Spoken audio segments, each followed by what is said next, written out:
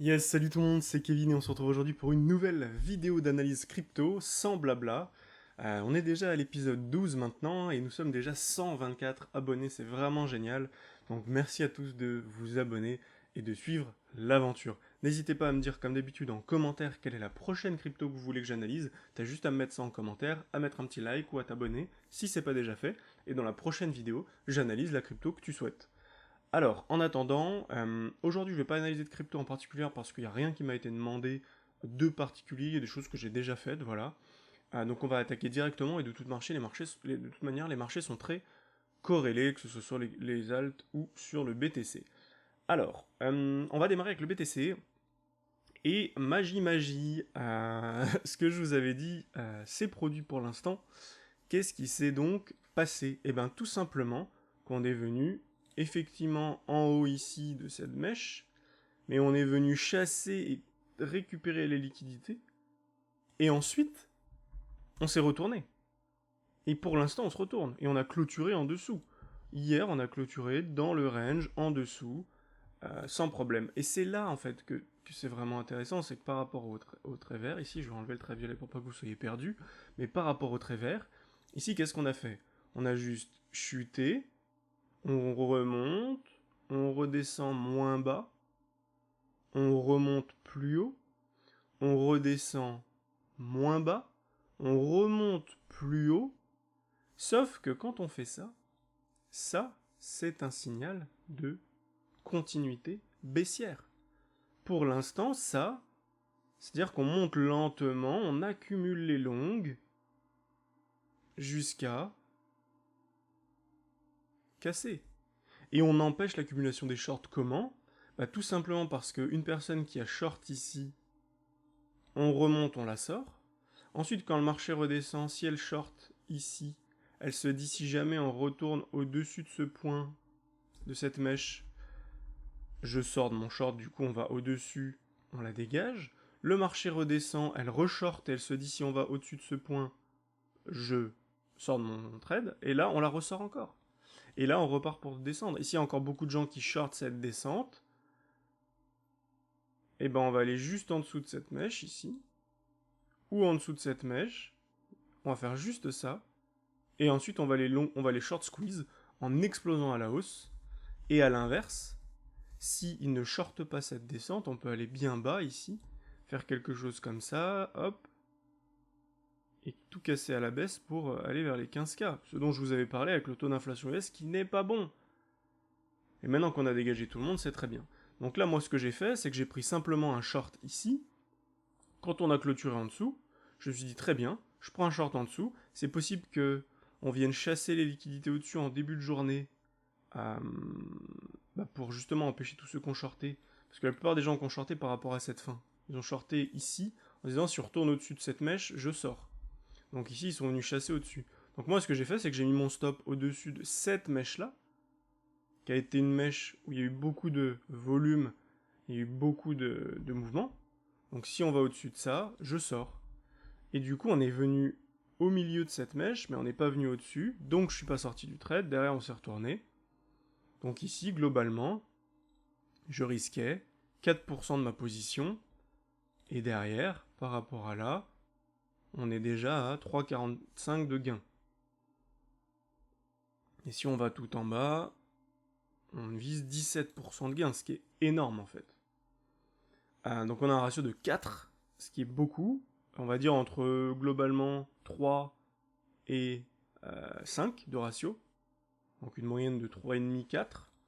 Et donc c'est une très bonne chose, mais en tout cas, comme je vous l'avais dit, on vient chasser les liquidités une, deux, trois fois. On accumule les longues une, deux, trois fois. Et derrière, on va péter tous ces longues ici, en dessous de cette mèche. Soit on s'arrête ici, on structure un bottom un peu long en créant quelque chose comme ça. On casse par le haut et on explose. Soit on va bien plus bas et on range pendant très longtemps beaucoup plus bas. Donc voilà ce que je voulais vous présenter. Pour l'instant, c'est mon scénario.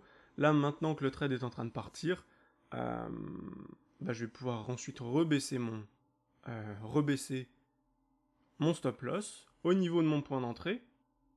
ou un tout petit peu si je suis prêt à faire des pertes, mais ici par exemple si je veux être en bénéfice, obligatoirement, en tout cas ne pas avoir fait de pertes ou très peu, je me mets stop loss 0, j'aurai juste quelques fils de pertes, mais c'est vraiment très très très léger, et là au moins on est tranquille.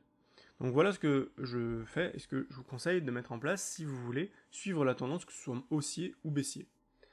Maintenant, on va continuer avec Ethereum. Ethereum, je vous en avais parlé et je vous avais montré quelque chose d'hyper intéressant. Qu'est-ce que c'est? Je vous avais dit tout simplement, on avait eu une cassure de cette résistance. On a une résistance ici, qu'on a créée. On l'a cassée très largement en une bougie. Ici, une bougie, on a cassé. Derrière, vous aviez deux solutions. Soit vous pouviez vous dire, bon, ça reste que du daily, c'est une chasse au stop, on peut à tout moment recracher la bougie juste après. Donc vous pouviez attendre la bougie d'après. Bougie de temporisation ici. Et du coup, après la bougie de temporisation, qu'est-ce que j'ai fait? Je me suis dit, ok, on a clôturé ici. Je prends mon long ici. Short en dessous de la mèche. Si je me fais sortir, c'est pas grave en vrai. Parce que si je me fais sortir, je perds 1,44% de ma position, ce qui est que dalle. Par contre, derrière, si je gagne, je suis prêt à prendre beaucoup de profit. Et ici, c'est ce qui s'est passé. Je vais vous montrer pourquoi. Tac. Par rapport au dernier grand mouvement ici, 0,618, 0,786, c'est l'endroit où on a le plus de chances de se garer. C'est-à-dire que ici, on est descendu là, temporisation, descente. Ensuite, on clôture quelque chose pour aller chercher des liquidités. Et les gens qui ont shorté ici vont re-shorter dans les 0,618, 0,786. Et là, c'est ce qui est en train de se passer. Donc on a shorté en plein dedans, dans les 0,618, 0,786. Donc moi, j'ai pris mes profits vers les 0,618 par ici. J'étais prêt à reprendre des profits si jamais on cassait cette zone par ici. Et là maintenant, je ne rentre pas en short parce que j'attends des confirmations. Peut-être que finalement ici on temporise juste, peut-être que dans 2 jours on va refaire ça.